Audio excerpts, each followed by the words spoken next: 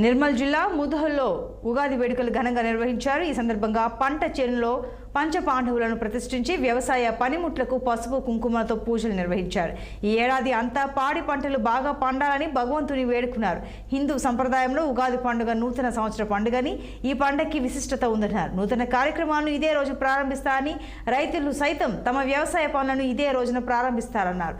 అలాగే ఈ సంవత్సరం అయోధ్యలో భవ్యమైన రామమందిరం నిర్మించుకోవడం ఆనందం వ్యక్తం చేసిందన్నారు. మైదాన్ శాస్త్రీనగర్కు ముగింపు కార్యక్రమం సభ నిర్వహించడం జరుగుతుంది. కాబట్టి ఈ యొక్క సభలో ప్రతి ఒక్కరు కూడా హిందూ బంధువులు అధిక సంఖ్యలో పాల్గొని విజయవంతం చేయాల్సిందిగా కోరుతున్నాము.